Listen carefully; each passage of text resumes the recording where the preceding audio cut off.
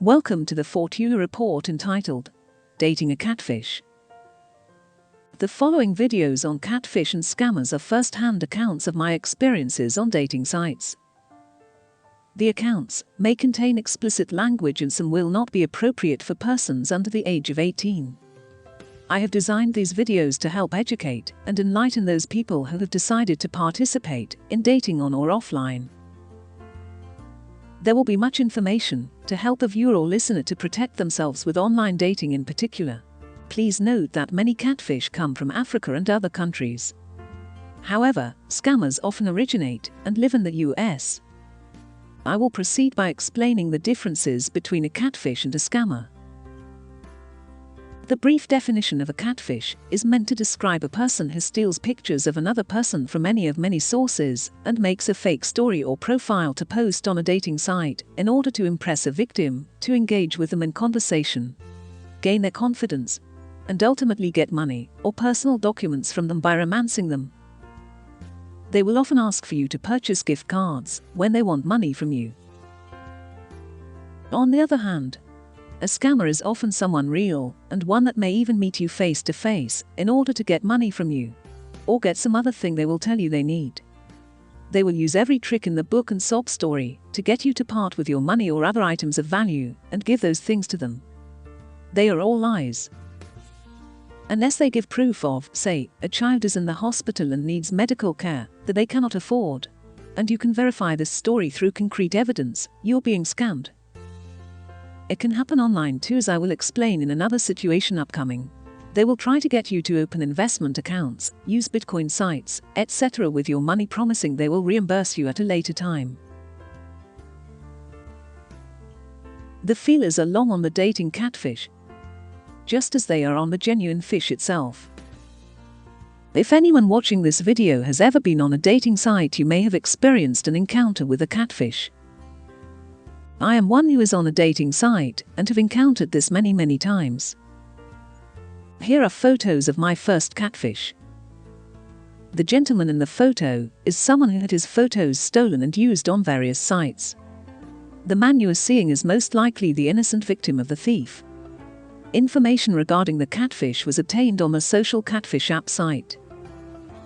He claimed to be a surgeon in Syria working under the backing and request of the UN. In our conversations, Morrison, false name of the person in the profile, professed his love for me, and we set out making plans for our future together.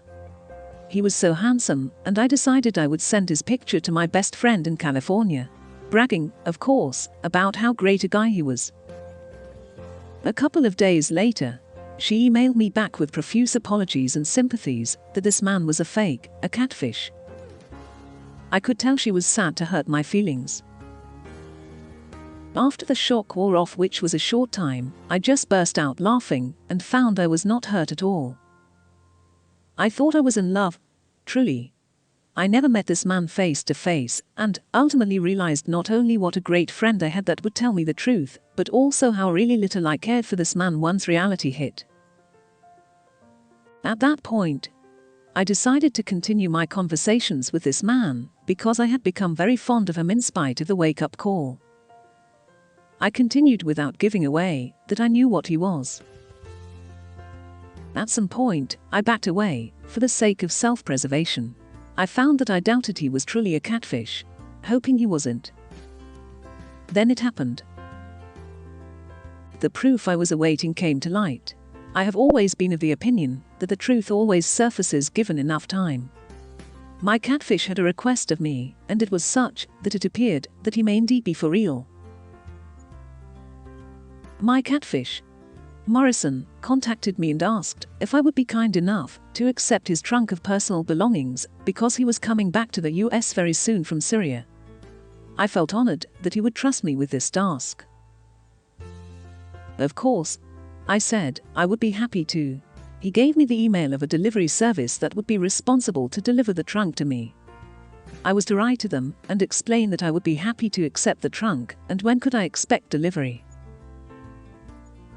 The fellow from the delivery service soon contacted me and said when I could expect the trunk and that a delivery charge of $5,000 would be due at the time of delivery. I was floored, in shock. I didn't have that kind of money, and I wrote back that I would refuse delivery. I wrote to Morrison and told him what had happened.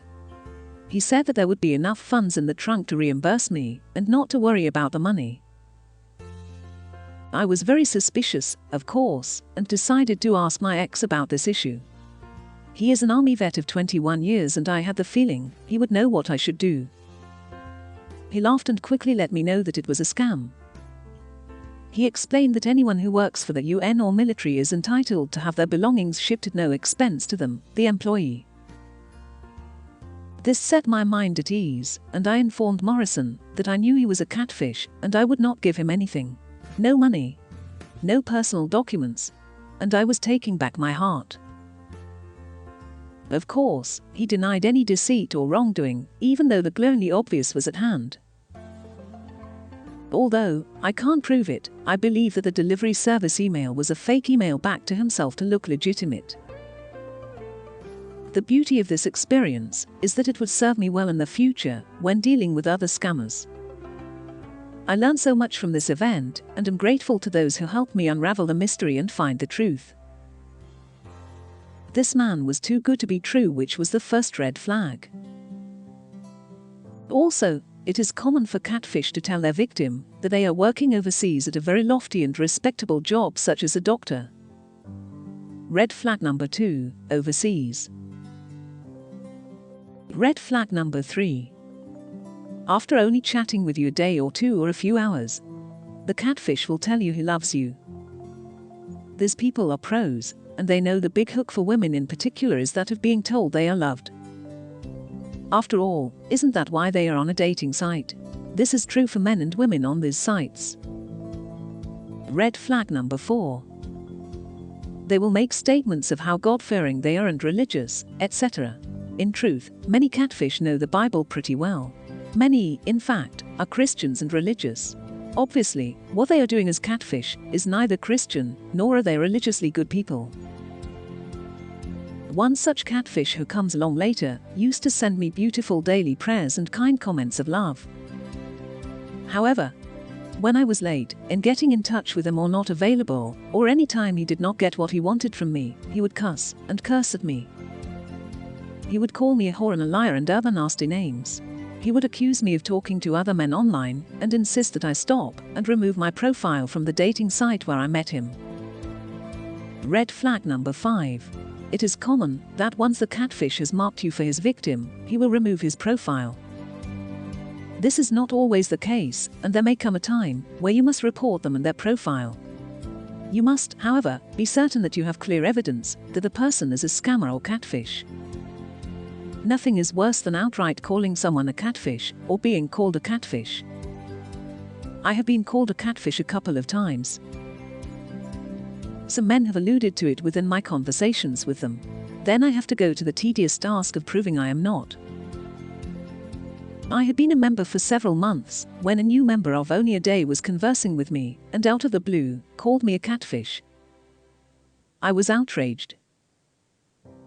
I proceeded to point out that I had been on the site for months and that the support services of the site knew exactly who I was and that I had a good reputation. They knew me well as I was very active in reporting catfish to them. I shamed this man so much that he apologized and very soon removed his profile. At the time, I belonged to 3 other dating sites and never saw his face after our encounter. Number 6 on the red flag list is where the catfish asks for money or bank account or credit card accounts, Google Play gift cards or iTunes gift card. They will also ask for your bank account, ask you to open an account for them to use. They will ask for your driver's license, social security number, and whatever other info they want to use. The following are excerpts from emails exchanged between Morrison and myself.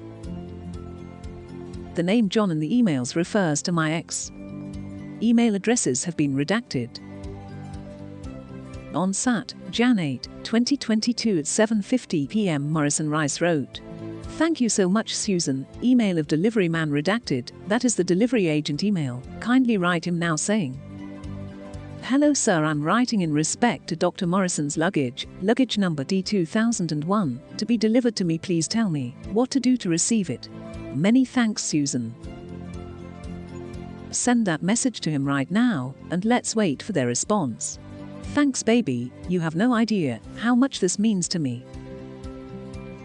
On Sat, Jan 8, 2022 at 8:05 p.m. Morrison Rice wrote, "Thank you, darling, for this you are doing for me. I'm so proud of you. I knew I can always count on you, that's why I confided in you. It's morning here, so please be careful with your device, so we don't get caught by John, and please discuss this with no one else for our security and security of our luggage, okay?"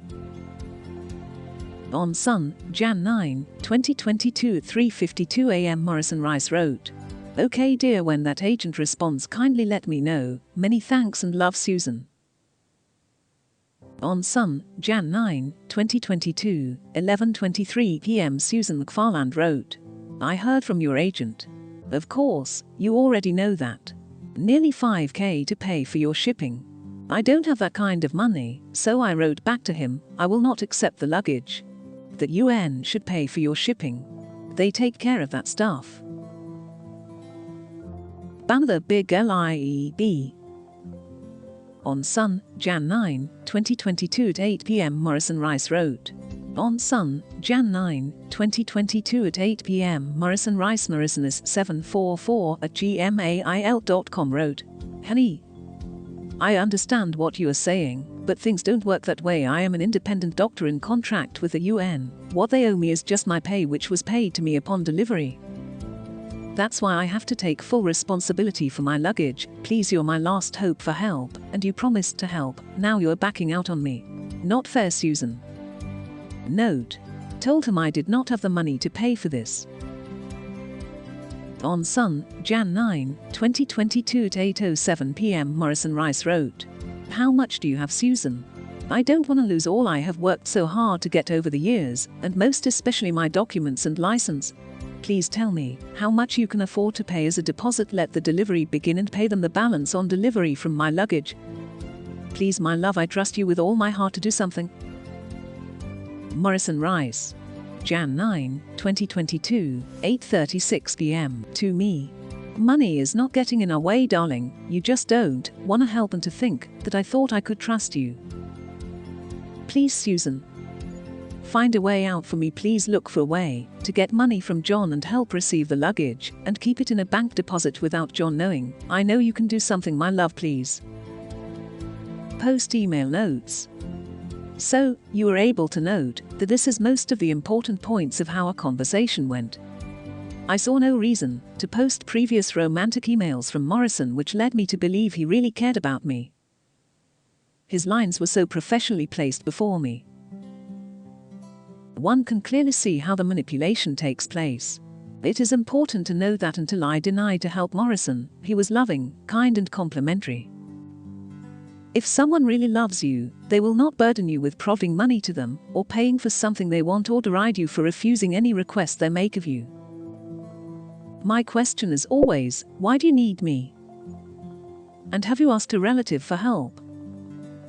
And this is an issue you should have asked about before initiating it. A man that has a job should have money or friends from work who can help them. They don't really need you if they are legitimate. It is my hope that this report will help anyone who has faced such a disappointment with a scammer or catfish.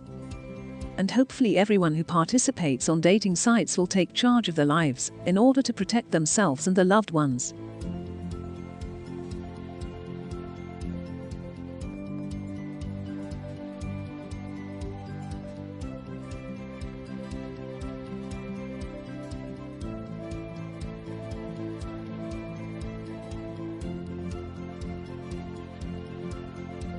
I want to thank Murph.ai for this great app that makes it possible to record and publish my vlogs with a minimum of editing, and making it possible for me to make my vlogs with much less effort than other apps providing similar services.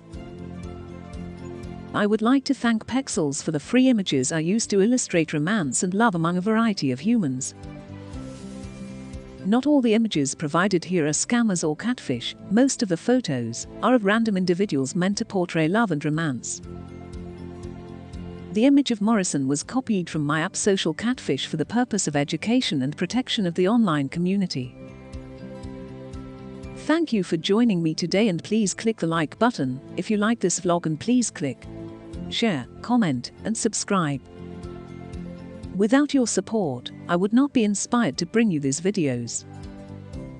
Please look for my upcoming videos which further catalogue my true adventures with real-life catfish and scammers.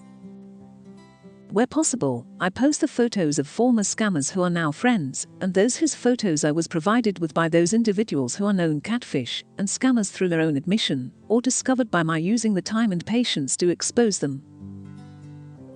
This will be an ongoing series, and please offer any suggestions that you would like to see in upcoming videos. Thanks again for joining me today. Stay safe and happy. Goodbye for now.